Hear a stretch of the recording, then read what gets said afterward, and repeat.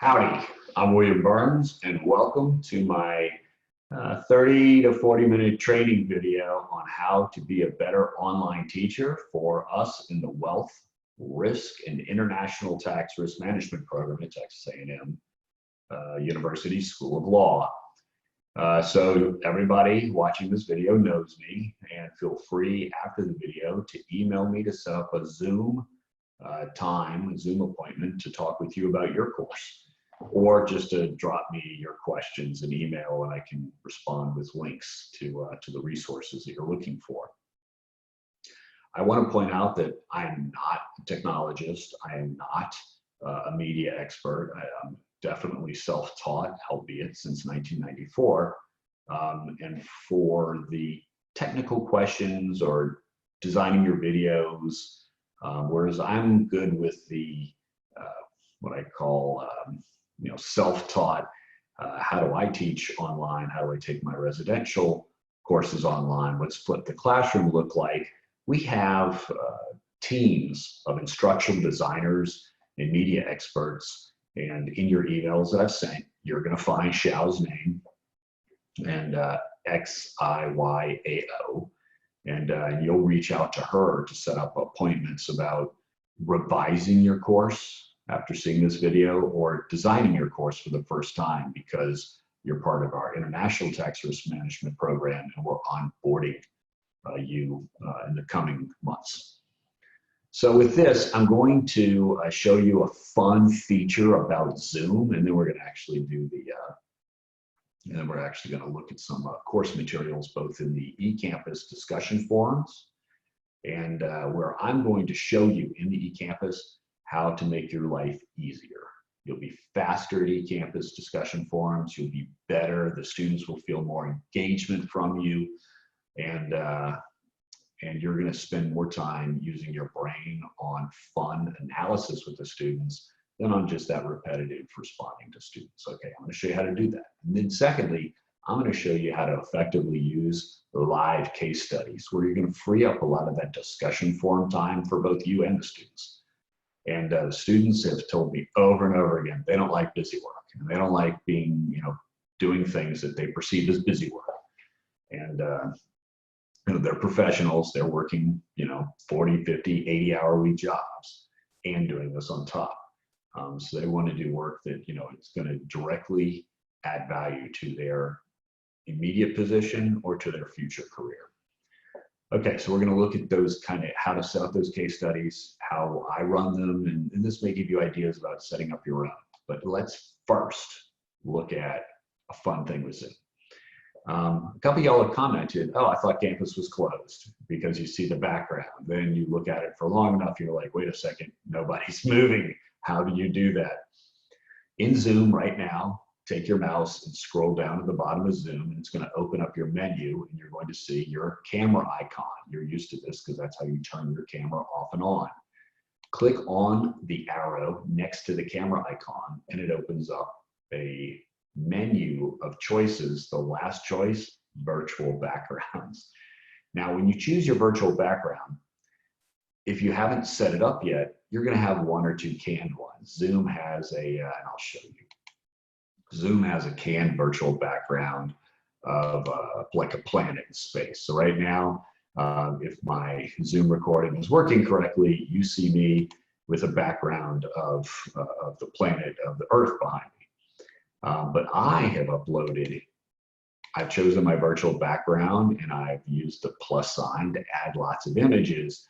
And the images I've chosen to add are images of the beach, by example, my place in Miami, in South Beach, for those of you who remember our Miami program and all the events I used to throw over there.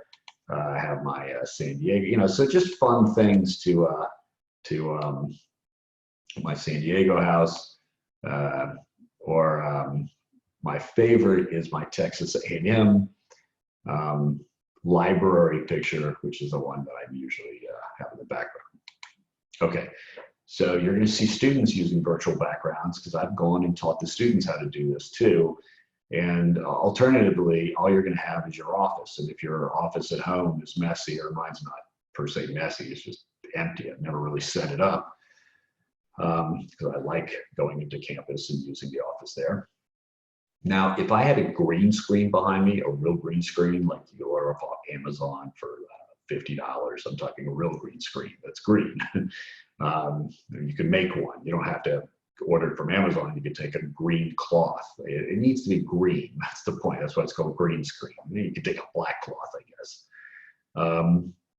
and hang it behind you. That's all it is. My picture would be a lot more clear. If you're looking at my video right now, though, you see it's kind of wobbly. You can tell that it's kind of a picture. That's because I don't have a green screen. If I had a green screen, that would go away. So this is just literally, it's projecting a picture behind me. And so you don't have to see the clutter of my home office. Now, I'm going to do a share screen so that I can show you on my Google Chrome the main topic of the discussion forum. And we're going to look, okay, so I'm going to share my screen in Zoom. And now you should be looking at my Google Chrome, and I'm staring at a random discussion forum that I participated in a course the past summer. The first thing I want to point out at, this course had 18 students, 19 participants, one was me, so 18 students. We had, in week 2, I was still focused on discussion forum, not yet live case study. So we have 129 interactions. I'm going to show you how I do those interactions, how I got a lot of effective interaction, and how the students marked that they felt that they were engaged with me real time, consistently throughout the week. The reason I'm bringing this up is a lot of evaluations have come back over the last 3 years where students do not feel that they're getting feedback or enough feedback in the discussion forum. And maybe 5 or 6 are saying they are and the others aren't. I'm going to show you how to solve that. So if we look at week 1, you're also going to see 132 interactions, 129. But then I move the course into a case study format. So I decrease my discussion forum busyness and my time. So we'll do the case studies in the second part of this. Let's first go to the discussion forums. So in forum week 1,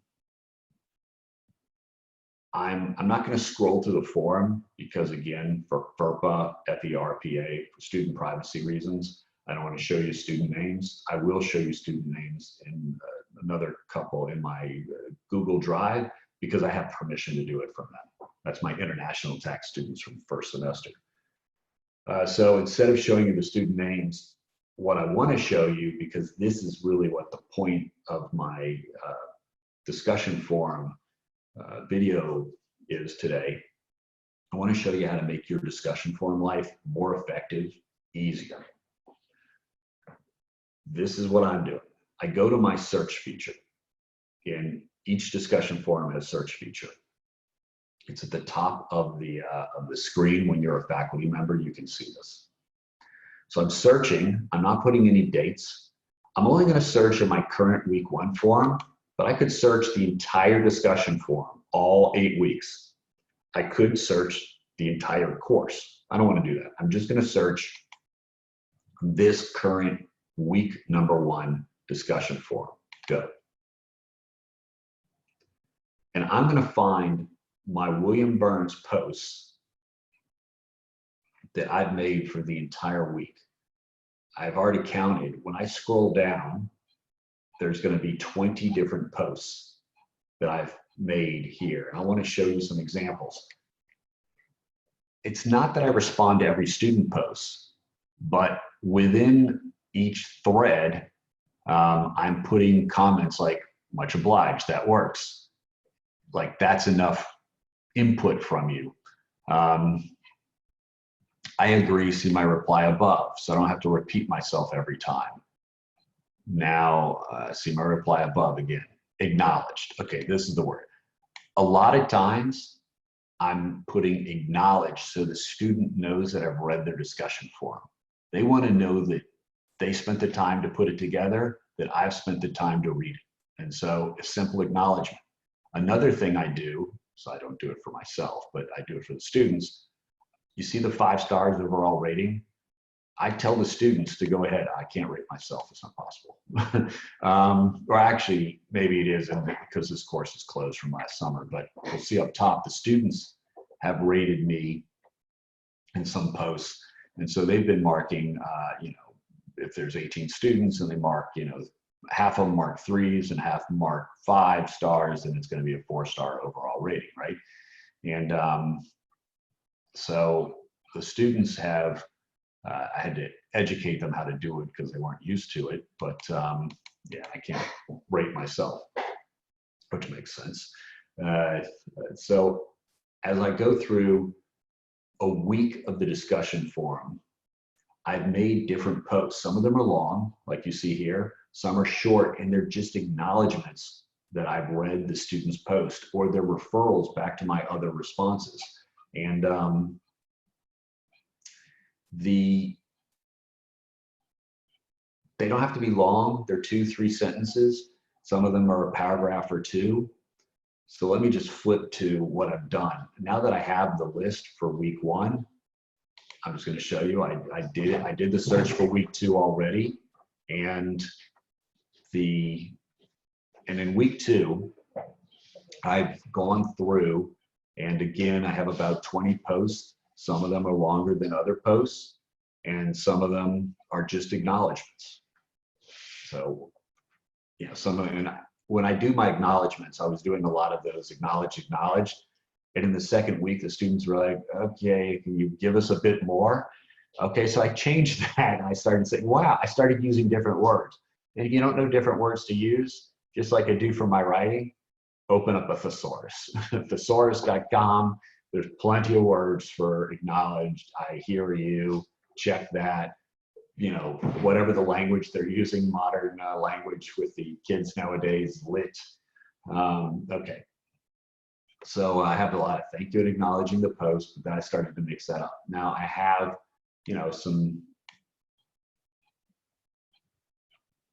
some more, broad responses, some 2 sentences, again, some more broad responses. For the average week, I'm going to have, out of 7 days, and I keep my discussion forums tight. You don't have to, but I keep them tight. So meaning they start on Sunday, and I have an ending conclusion on the following Sunday, a pre-packaged post that I'm going to then adapt for what I read through the responses of the students. I'm going to show you how I did this. This is how your life's going to be more efficient and faster.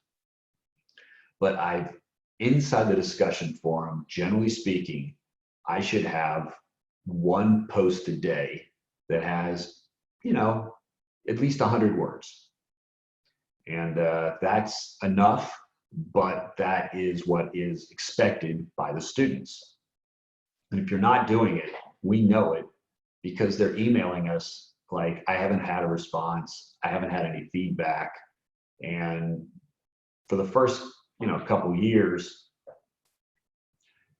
it's been okay as we set up the program, as we set that up, but now we're going to be doing much more evaluation. In particular, the main campus is going to be doing that evaluation.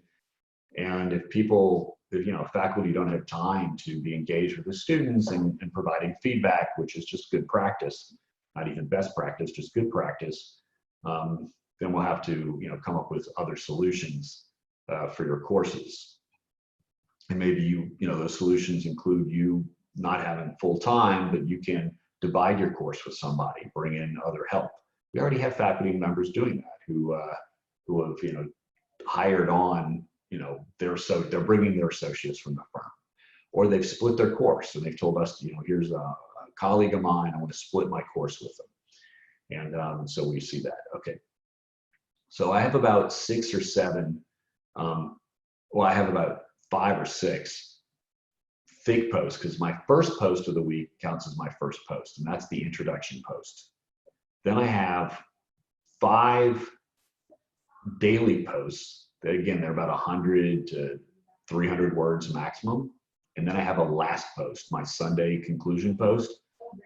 And I write on the Sunday, discussion board closes now. Now, I tell the students, I'll go in and still mark you up until Wednesday. The following Wednesday, mark them for participation. But after that, I tell them it's closed. I'm not reading the discussion forum anymore. Now, if we've done a deal and I know they're in trial or they're overseas and they can't access, I'll tell them, not an issue. I will go in and give you your points because we made a deal. I've given you an extension for 3 weeks or whatever it is, but I'm not going to respond. The discussion forum is closed. No students are going to respond. I'm not going to respond.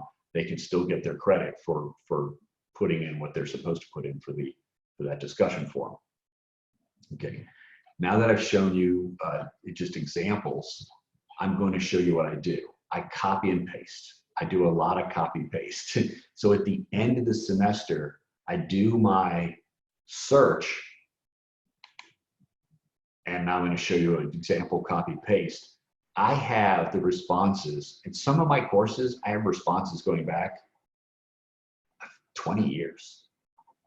20 years of responses. And each year, I copy and paste the good ones, not all of them. I just copy the ones that I find are interesting. And it allows me for the following year to copy from my prepackaged discussion forums into the current discussion forums. I've just saved a lot of time. I have to retype all this. And all I need to do is revise it for the current group of students or update it for the current activities going on in the world, or change some of the words around because the words I used last time, you know what, I don't like them anymore. Or my language, my colloquial language has changed. And whatever, I've been in Texas now for 5 years, so I'm starting to use a lot more Texan. Obviously, y'all's is familiar to me because I'm from the South, but just more, the way Texans say things as opposed to New Orleans people. Okay, so each week I have copied responses, and in my case, I keep them on my hard drive, but I keep them in Google Drive. I'm just using Google Drive, so y'all can see this. You all have access to my practice Google Drive. And if you have forgotten how to access it, again, email me and I'll resend you the link. So I can next year copy and paste into the discussion forum and then adapt it right there in the discussion forum. Each year, my responses will become better and better. And so what I'm going to tell you, here's what I do, is my secret. Every year I save as the file, and I delete what I don't like. Like, you know what, this response isn't any good, and I'll replace it with a better response for my this year discussion forum. So every year, let's say that, okay, if I've been doing this for 5 years, I have about 50 saved responses, but my 50 saved responses become better. Maybe I add 5 or 6 new responses each year, but maybe I subtract 3 or 4. So I'm only growing at 2 or 3 responses a year in my saved as file, but my responses, the language is better. I'm more fine-tuning it. I have more thoughts and better ideas. I'm linking to better sites if the sites don't work anymore, but I found better videos on YouTube to link the students to, what have you. Okay, so what I'm showing you here to reframe it is you have discussion forums already built. Then go through, search your discussion forums for the last 3 years, pull out your excellent responses or the students' excellent responses and save them on a file. And then for this year, when you're teaching your class, if you're going to use a lot of discussion forum, copy and paste from your Word file and repurpose, rewrite. So I have a state with my students, copy, paste, rewrite, and cite. So I say, a judge doesn't care what you think. A judge wants to know what other judges think, i.e., precedent and stare decisis. So you copy from the decision, paste it into your memo to the judge, rewrite, put analysis on it, and or make it coherent for your argument into your analysis of your fact situation, and of course citation. If you're writing an article, copy paste from the other person, put in quotation marks, we're going to do that, or rewrite in your own words, again, analysis to whatever problem you're trying to approach in your article, and then cite from where you got it. The more citation, the smarter you look. The smarter people you surround yourself with, the smarter you look. This is Psychology 101 or Neurolinguistic Programming 101. So lots of citation is good, but too much citation is laborious. Okay, anyway. So we can copy paste, rewrite, and cite our own work through our discussion forum. And I can even get cheeky in the discussion forum. And because I do this since I've been doing it for 20 years. Let's see, I say 8 years ago, a student asked me this exact question you're asking. I know it because in my Word document, I usually date them when my responses are 8 years ago. And I gave them the following response, and I copy and paste the exact response. But then I put underneath it, however, over the last 8 years, my thoughts have changed, and here's how I now think about the issue. And you, the student, can now see how my thinking has evolved. See what I did? That was very clever. Copy, paste, exactly the same. I saved myself, that was 2 minutes to do that. But then I put some new original thought into it. So now the students feel direct, immediate feedback. It was real time. I really cared about them. And they had a learning lesson through watching my thought process having evolved from 8 years ago. Okay, so that's enough on the discussion forum, copy, paste, rewrite, and cite. I'm going to close out those discussion forums and this copy, paste into the Word document or Google document in this case. And now I'm showing you the G drive that you all have access to. Online teaching, Texas A&M Wealth Risk and International Tax Risk Management. The faculty who are onboarding, you're like, I don't have discussion forums yet. No, you don't, and that's okay. I'm posting example discussion forum postings, this folder. In here, I'm posting example discussion forums so that you can see example discussion forums to be able to, so I mentioned I always have a conclusion at the end of the week. Here's an example conclusion I did. And next year for this course, for that week, week 2, I guess, I can copy and paste and then adapt it for the comments that the students made in that course. And again, hopefully I improve it, and then I'll delete that one and I'll paste over it the new one from this year. I always start every course with an example social bio. Who am I, to introduce myself to the students with links to, I'm an alumni of Tulane University. I'm an alumni of the University of Amsterdam. I was a Kappa Sigma fraternity member. My favorite professor in Tulane was Ronald King, Dr. Ronald King. He's a social democrat like Bernie Sanders. Man, was he a good professor, and he wasn't biased like you have today on the TVs. He was, he would start off, I'm a hardcore social democrat, this is what I believe. I'm going to argue against myself. I'm going to argue, and he would, from the most libertarian economics to every, gradient of economics in between. And then he'd say, but, I'm going to do all that to give you the well-rounded approach.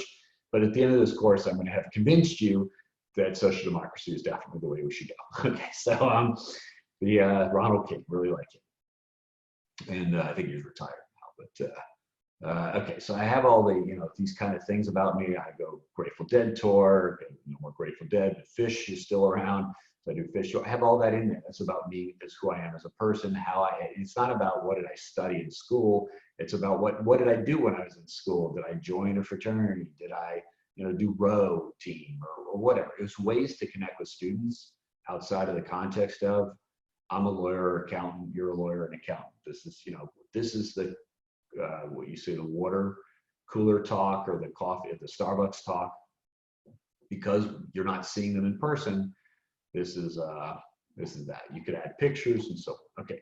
Every year I have the same social bio, not literally the same. I copy and paste it and I add to it. You know, some stuff's not relevant anymore, some stuff is, and so I have my links, make sure my links work, and that's how I do a discussion forum. I have my discussion forums. After 3 years of teaching, you're gonna have so much content saved up. Your discussion forum is going to be second nature. Boom, boom, boom. Just copy, paste, copy, paste, copy, paste. You're going to get your whole course discussion forum set out with responses hidden that you're going to unhide when the weeks occur. It's going to make your life so much easier to do it this way. Okay, now let me move on to the case studies. I think, and I want to encourage every professor to use at least one case study during your program, during your course. However, I use one every single week. So I'm going to show you an example of, first of all, setting up a case study group. So example case study weeks. This is under your how to teach online. I put 3 examples. These examples link you into the actual courses. So I could just give you access to a course in my G Drive, but then you're going to have literally 20 weeks to look through, and which videos, there's hundreds of videos, hundreds of audios. It's just confusing. So I've tried to isolate it to a manageable packet of information that's representative of an entire course. So the first thing I have to do for a week is set up my groups. So once I've done this Excel, how did I do the Excel? I took my student roster. In my case, I downloaded it from Howdy. But if you don't have a Howdy, you certainly can request one from the registrar's office to start a class, like who's in my class. I also have this information on my Blackboard, or we're moving to Canvas, but you'll have the same information. You have a grading center that has all the students' names, all their email addresses, the student ID numbers, whatever, or you have it as the email function within eCampus. It'll be the same type of email function within Blackboard, Canvas. They all have the same functions. So whether I request it from the registrar, download it from Howdy, I get this list. I divide my students. In this case, I've divided it into groups of 4. Usually I use groups of 3, but just for this purpose, I'm using groups of 4. I have 18 students, so it'd be 6 groups of 3, but I got tired of making my groups.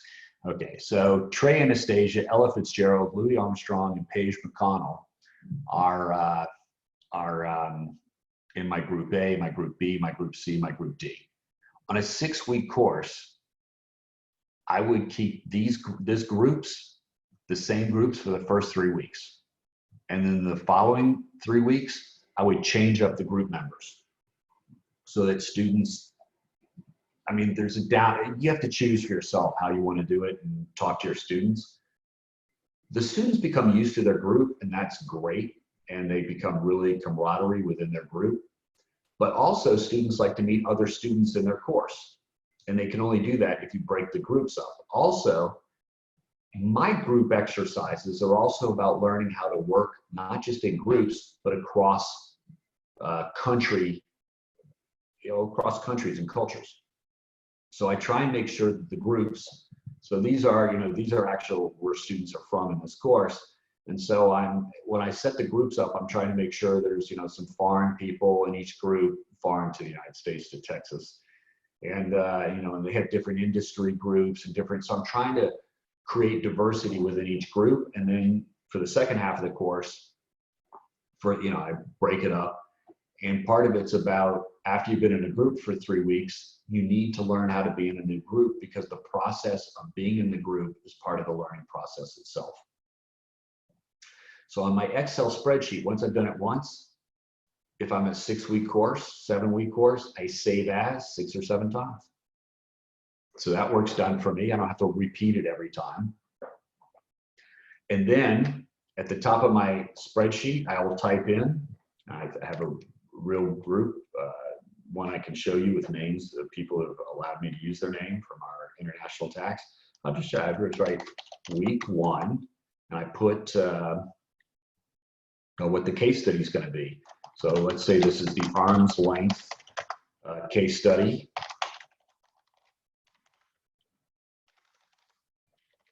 And then on the side of the group, the first column, I put what stakeholder position. So generally speaking, in my course, our stakeholder positions are, by example, IRS or one government authority, a second government authority.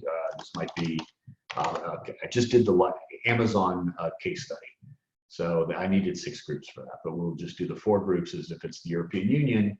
So there's no IRS in that one. There's the European Union Commission. This group is going to represent the European Union Commission. This group is going to represent Luxembourg. This group is going to represent Amazon as their counsel. And this group is going to be my Court of Justice, or my Advocate General to the Court of Justice. And I'm the Court of Justice of the European Union. Okay, so that's going to be their stakeholder roles. Within each group, as you'll see in my group message on how to set up groups, setting up group message. This gives you some examples about what do groups look like and what do groups do and what are the internal roles, but I'm just going to make it simple on you. Somebody has to be a speaker. So I'd have another column, well, there it is, column A, and have the groups tell me who's going to be the presenter. Who's going to be the rebutter? Who's going to design the PowerPoint? And who's going to do the lecture notes? The PowerPoint only has to be 2 or 3 or 4 slides. I don't want you, when we do the presentations, especially if there's 6 groups and we're using a Sunday 2-hour session, they only have 10 minutes. 6 times 10 is an hour. And if you want to have rebuttal, okay, so then they can only have 5 to 8 minute presentations. So they better, state their issues, don't restate the facts, state the issue and get right into it like a moot court in law school or a business school case study. And so, they can only have 4 or 5 PowerPoint slides. I'm going to show you what those look like in a moment. The rebutter obviously is going to rebut what the other groups are saying. My job as the professor is to moderate and facilitate. So I'll choose who goes first. It doesn't have to be group A or B. I choose based on, I say, okay, commission, you're prosecuting this case, so maybe I start with the commission, but I don't have to. And then, okay, commission, you prosecute your case. Luxembourg, what's your response to the commission? Amazon, this is all about you. What do you say? Advocate General, what should I do? Okay, then I say, but then I'll go into the rebuttal process and I'll say, hey, EU Commission, Luxembourg says that you're off the rails, and whatever colloquial language, and then what's your rebut? Okay, so I've set up my position and my stakeholder positions. Each student has a role, and so if I had 5 students in a group, I think that's too many because they have to meet internally using Zoom themselves, and getting 5 together is pretty hard. So 3 or 4 can be done. Okay, so now I have my group. I go back to my case study example, and actually I think I already opened up one here. So let's see if I can get it to open with my, yes, group thing here. Okay, so I'm looking at a case study in International Tax and Tax Treaties 1 and 2 class. The case study has, in this week 2, group case study. We have the written out case study. This is designed by Bruno da Silva. So group A is going to act for the taxpayer, group B for state, and so on. Then we have our written out scenario. It's not very long, 2-3 pages is fine. Explaining what they're going to be arguing about, what the issue is. Then there's a PowerPoint based on the case study. that's going to explain the legal parts of the issues. And Bruno has recorded videos. Those are under the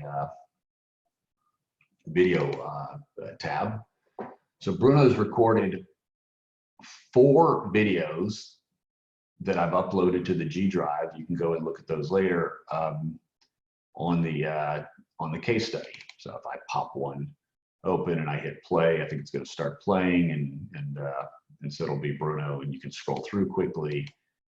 He recorded these videos using Camtasia.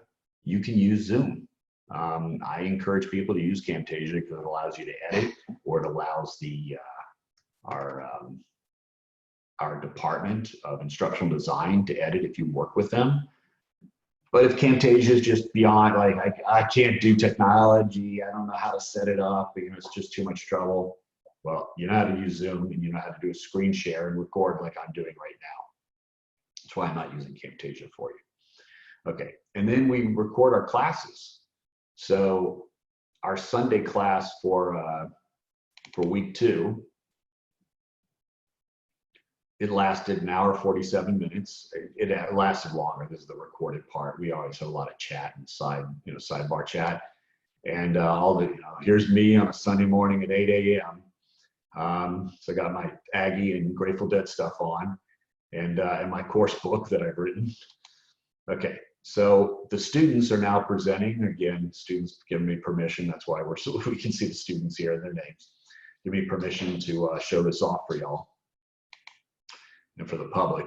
And Bruno, who's teaching, is coming in and interjecting himself during the student presentations, just like a regular moot court with judges. And so the students are doing their presentations. Bruno and I are egging them on, questioning them like judges. Well, what do you mean by this? What do you mean by that? To help them analyze the issues that they're bringing up. These students are from all over the world coming in. From France, from Kenya, from Indonesia, from Shanghai. And the students' PowerPoints are quite good. I'm going to show you where they put these PowerPoints in a moment. Look, I mean, pretty quality, good PowerPoints. Now, Bruno and I will usually have a debate. This is Bruno and I debating back and forth and about the issue, because he's European, I'm American. So we're, even if we agree with each other for purposes of the class, we agree to disagree. So we agree that we're going to go in there and take the opposing role so the students can hear it play out with us to egg them on. So as I scroll through this, Bruno and I have ended this with like a big debate amongst us. And then of course, we get the students involved and, hey, chime in, you agree with Bruno or I, let's vote. And we do a survey in Zoom. Does Byrnes win the day or does Bruno win the day? And okay, the students on our case studies are done on Sundays, the presentation. So on Wednesdays, we've had, or this was Thursday's classes, we describe the case study and let students ask questions about the case study. And just general, if we had a discussion forum, instead of answering everything in the discussion forum, I could have my discussion forum open on my other screen, and I can directly respond to oral comments. Instead of having to type it all out, I could directly respond in the camera with the students. Now, there's an advantage to typing out because, as I showed you, you can copy paste year after year, but there's also an advantage to doing it orally and feedback. Now, if the students don't show up for that discussion forum, I'm going to show you how to get student engagement in a moment. But if the students don't show up, then they have to listen to the video. So you can't get they can't get your direct feedback and you can't get their direct feedback. So they do need to show up. How do you do that? In the group, I can have I have a different, I'm not going to open up that Excel, but for my federal income tax class, which was the residential class, which we now have to teach online because of COVID-19, every student I have next to them, I'm going to call on them during the week. I have what I'm going to ask them, what the question is, so that they can be prepared, so that they know they're going to be called on. I have them set in groups as well, groups of 3. And I say, if you're not going to show up, one of your other group members has to answer your question. So they have to decide amongst themselves. You have to tell them you're not coming and ask which one of the other 2 is going to pick up your work for you. Peer pressure, right? And it's not that oh, you can't ever show up. You're busy. There's other things to do. But it's about encouraging, making it fun, making it engaging, and using peer pressure, using every technique I can to get the most attendance out of the students, because the more that attend, the better it is for everybody. This is like platform contribution for you transfer pricing people. The more people in the platform, the more value that the platform has to everybody who's on it. It's not a 1 + 1 game. It's a 1 + 1 = 3. So, and the next, person who joins the platform, when you reach a certain, capacity, then, all of a sudden your platform goes from 1 + 1 = 3 to 1 + 1 = 10. So the more students there, the better it is for everybody. Now, the more students engaged and participating, if you will. So they all have a role. So my role might be, this is the presentation day. So they all have a role in the presentation day. But on the Thursday, where we're presenting the case study, it might be from Shanghai. So it might be, I'm going to ask you what China does in this context. And I just had these notes so that they know that they're going to have to say something in class and what they're going to talk about. Okay. So before the case study occurs, the students, each group has placed their presentation of their PDF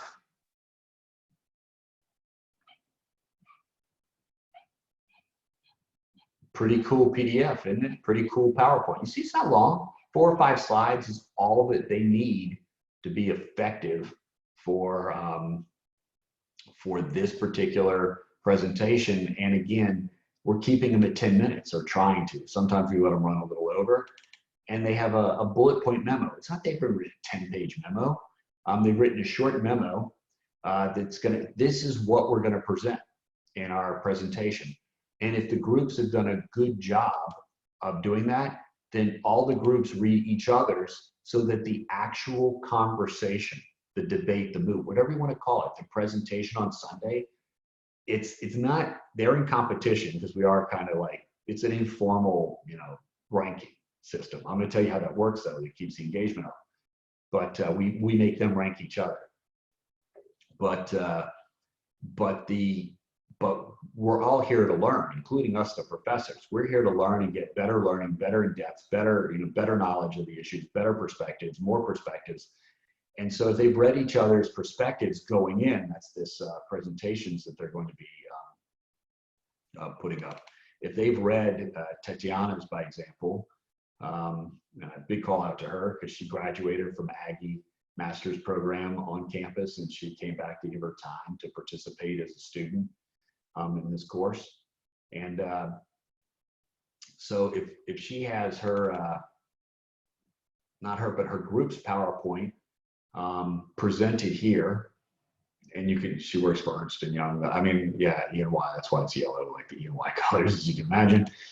So, but if she's done this well, then the other groups, having read it, it brings up their, oh wow, I wish I had done that. Oh, now that I see that, that's cool. Maybe they go back and revise theirs on the fly, because you can, because it's all in Google. But also the discussion that happens on Sunday is so much better, because they are, instead of just like, let me present, draw on what you've already read in my little memo, let me go to the heart of the issue. I know that Luxembourg is going to say the following, so let me just get right into their argument, says the European Commission person.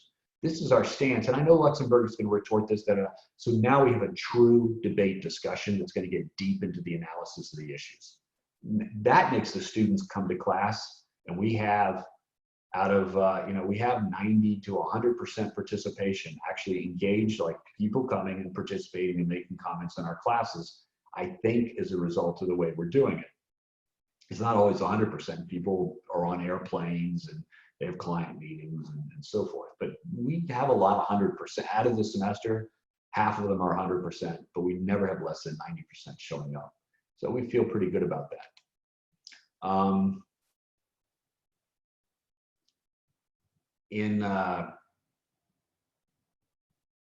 In this arm's length case study for transfer pricing course,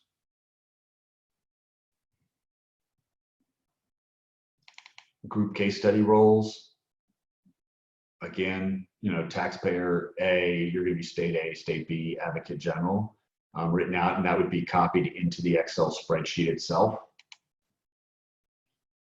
The case study materials. So we have some cases, the PowerPoints, the case study itself. We have our videos about the case study recorded. We have our presentations recorded that we made on the Sunday. This one we moved to Wednesday instead of Thursday. I won't show you those because I didn't go and get my FERPA permissions from these students yet. I'm sure they're going to wait till they're going to want to, well, actually, some of these students who are in the first course as well. So I do have FERPA permission. But anyway, the point being is that by building case studies and using my Excel to allocate the roles of the case studies, to be active with them, we don't even have to use in these two courses a discussion forum at all. I don't even use it because the students are spending their valuable time building and working with their group to build case studies and do the analysis live time. This won't work for everyone. You can do both. You can have discussion forum for half the students and case studies for the other half and swap it up. You can have a discussion forum only for the students who can't participate in the groups and the case studies. You can experiment and play with it. I personally find the audio part of the interaction, and I use the Zoom with you can do 7 rows of 7 videos. That's 49 videos. So I can see everybody in the classes because we don't have more than 30 students, 35 students in our international tax, risk, and wealth classes. We create new sections. So your sections will have, you know, 30s, 25s, 20s, whatever. And so you can have everybody on the screen, and you can, they have typed in their name, and you do know who they are over the semester because you did do social bios and they posted their social bios and you've read their social bios, and you spend 10 minutes before class begins just acting like you're at the Starbucks with them and shooting the breeze. And I promise you, by the end of 6, 7, 8 weeks, everyone knows everyone. It's very social. We actually have lectures that go on for 3 hours, and but 30 minutes of it may just be chat, and we're just chatting, and people can drop off whenever they want. But we have side chats. You know, anyway, that's just what happens in practice. So I encourage you to experiment with. The using your discussion forums, doing your copy paste. But also try a case study for 1 week if you've never done a case study before, or try it for half your course. Or if you're building a new course for international tax, you can do it for the whole course because you're not laden, you're not beholden to any particular process. Whatever you want to do, again, you're the professor, you have the academic freedom, but the students are the evaluator of your efforts at the end of the semester, and we do a midterm evaluation also, and they need to feel that you're an engaged professor and so forth. So you're grading them, they're grading you. Finally, assessments, and then I'll end. We have the students assessing each other, and that's not us to get out of the work, but our assessments are fun. And I think I included an example assessments in the emails I sent out. I posted it in your in the example case study weeks for you to read. But it's like 8 questions, and what did the other groups give me a specific example of what the other groups did that you liked? Give me a specific example of something they could have done better. Give me a specific example of something that you wouldn't have done yourself. You know, like, and I always say bad, just didn't add to their presentation. Then it's like the memo. Was the memo helpful or hurtful, or added no value whatsoever? You know, so and so we go through it. It was the PowerPoint. Okay, so it's not. I could put a score. I could do a 1 to 3, or I could put a 1 to 5. You know, mark it 1 to 5 each group. I choose not to, it's just more open. But then at the end, it's a ranking. So if there's 6 groups, by example, each group has to rank the other 5. They can't rank themselves. So they rank the other 5 and it has to be ranked 1 to 5. You can't have 2 2s. So, and they have to rank them. So now they have to distinguish, differentiate between the presentations. That is where the rubber meets the roads on the assessments. And I don't show the students each group's ranking of the other groups. The only thing the students see is who won. I don't actually even show them 2, 3, 4, and 5, or 6. There's 6 groups. I don't show them the 2, 3, 4, and 5 and 6 because I don't want to create enmity between them. I do who won this week, and then it becomes like you know, group 2 wants to win every week, and group 2 won 2 weeks in a row, you know, and then there becomes a little Machiavellian, like, don't vote for group 2 amongst themselves, but it becomes, again, fun. I make it fun. Who won? And I never had it like who got the worst, because maybe in real life it works that way, but I want the students to show up and feel camaraderie with each other. I don't want enmity. So I need the ranking of the assessment for myself, because inevitably I have to give grades. And I want to give everyone A's, but if somebody's not pulling their weight, I discover it pretty fast, not because I see what's going on, because in the assessments, I have the groups assessing themselves, of course. And I said, you know, who would you like to participate more? It's all confidential and it's all anonymous survey, actually. I use the anonymous program, so survey and discussion forum in Blackboard, but I'm sure Canvas will have the same feature. And so I don't even know who commented on it, but you can tell. I mean, if the student's talking about somebody else, you know, it's not the person being talked about. Okay, but the point of the surveys isn't to rat everybody out. It's to help inform me if somebody's not pulling their weight. But you know what? I find the students email me behind the scenes. Our group, you know, is really struggling because so-and-so didn't show up for, you know, this week or 2 weeks in a row. And, you know, so they're telling me. And regardless, I could use a survey or assessment system to find out as well. And well, you know, somebody has participated the entire time and somebody's participated 5 of 7 weeks, maybe the 5 of 7 weeks, you know, because we only have A, B, C. Okay, maybe they only get the B. Maybe there has to be a B in the class to show those who put in the full effort that their full effort or most full effort is rewarded. So you could even look at it as high pass, pass. And so again, I want to give everyone A's, but I can only give them A's if they've actually committed to the work that every other group member has committed to, that all the groups have committed to, that we had a very successful course. Everybody's in the same boat. And if we're all not rowing in the same direction, the boat doesn't get to the other side. You know, I use all those kind of, you know, analogies that you get in these, like, you know, be a better coach type seminars. Okay, that's enough for our how to teach online and things I wanted to get across for this coming year. If you're revising your course, be in touch with Xiao. If you're building it for the first time, be in touch with Xiao.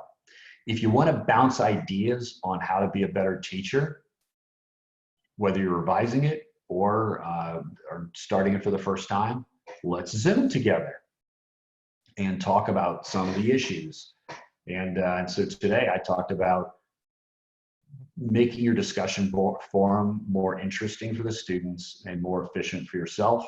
And then I showed you about using groups and organizing groups in place of discussion forum or to supplement your discussion forum. And I promise you, if you were to spend 3-4 hours a day reading your discussion forums, you won't. I know you don't have time. But if you were, you know, you don't have time, it's better to spend 4 or 5 hours a week doing all the groups, like 2 2-hour group sessions and 1 hour behind the scenes. So that's 5 hours of your week teaching. We pay you for it. So, you know, hopefully you're doing that. Than spending 3 or 4 hours just reading discussion forum posts. Not even responding to them, just reading. It's like your inbox. I've told many of you this, talking to you on the phone or on Zoom. You know, we all want less email. We all have 100, 200, 300 inbox a day to deal with, and we just start deleting stuff. Your discussion forum will be that for you. So don't let it be that for you. Use my techniques I've shown you, and use live case study, and your teaching is going to be a lot of fun. So I'm going to stop sharing my screen, and we'll end with this. Let your teaching be fun. And if it's not fun, if you find it being laborious, there's some technique you're not using. Call me, let's have a chat, or we have a team of instructional designers who have degrees in making your teaching be fun. And if it's fun for you, I promise you it's engaging for the students.